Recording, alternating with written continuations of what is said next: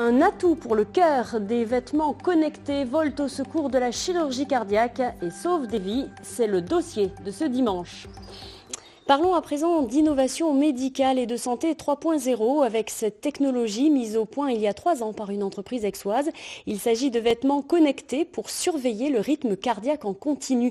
Un système qui autorise, et c'est nouveau, la chirurgie cardiaque ambulatoire. C'est le dossier de ce dimanche. Il est signé Valérie Chenil et Frédéric Renard. Prévenir la mort subite.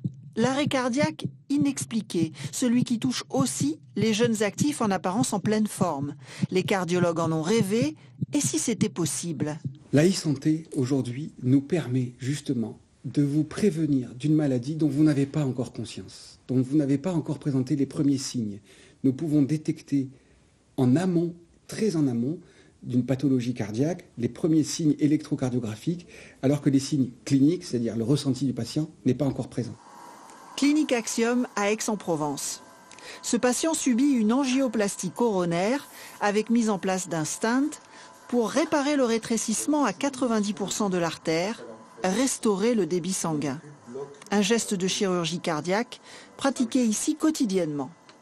Mais l'innovation est ailleurs. En effet, le patient rentrera chez lui le jour même, quelques heures seulement après l'opération, grâce à un objet connecté. Je passe vous voir tout à l'heure dans votre chambre. On est arrivé de nos jours à un degré de sophistication, d'innovation et de progrès thérapeutique qui permet, en sélectionnant bien évidemment les lésions et les patients, de faire ces angioplasties coronaires en ambulatoire.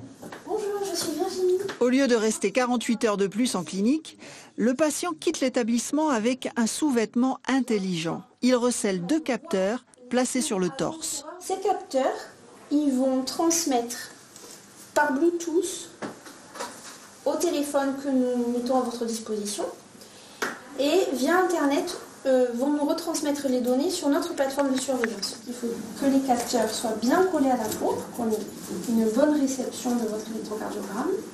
Le fait de savoir que derrière, il y a un cardiologue qui suit toute ma fréquence cardiaque. S'il y a un souci, il m'appelle. Et moi, si j'ai un souci, je communique la clinique Axiom. Non, je suis suivi des 2 côtés. D'un côté, je sais que s'il y a quoi que ce soit, il va m'appeler en urgence. Il le verra peut-être même avant moi. Sur cette plateforme, des infirmières spécialisées veillent sur son électrocardiogramme et 5 autres données de santé telles que la température et la respiration. Des centaines de patients à travers le monde sont surveillés en même temps. L'algorithme traite les données rendues anonymes pour déclencher l'alerte, transmise au cardiologue. Si besoin, l'ordinateur localise le patient et déclenche les secours. Le premier niveau d'alarme, on demande au patient de se rapprocher de son cardiologue ou de son médecin traitant à qui nous avons communiqué les données. Le deuxième niveau d'alarme, nous demandons que le patient se rapproche plus rapidement que prévu et au besoin on peut l'y aider de son médecin traitant parce qu'on a noté une anomalie qui était significative. Et le troisième niveau d'alarme, on géolocalise le patient grâce à son smartphone et on peut lui envoyer les secours. L'intérêt du sous-vêtement connecté, c'est bien sûr de faire des économies, mais aussi et avant tout de sauver des vies. Alors Jean-Michel Tarlet, bonsoir. Vous êtes l'un des concepteurs de ce système, on vient de vous voir dans le reportage. C'est une petite révolution dans le monde de la cardiologie. Comment vous êtes accueilli par le milieu médical ? Bonsoir. Nous sommes très bien accueillis avec un petit peu d'interrogation, mais pour l'instant nous avons plusieurs publications qui seront au congrès de la Société européenne de cardiologie à Munich publiées, plusieurs publications dans plusieurs revues américaines pour l'instant. Alors on le voit là, il y a confort pour le patient, économie pour la sécurité sociale, c'est tout à fait dans l'air du temps. Est-ce que les autorités françaises vous encouragent à vous développer ?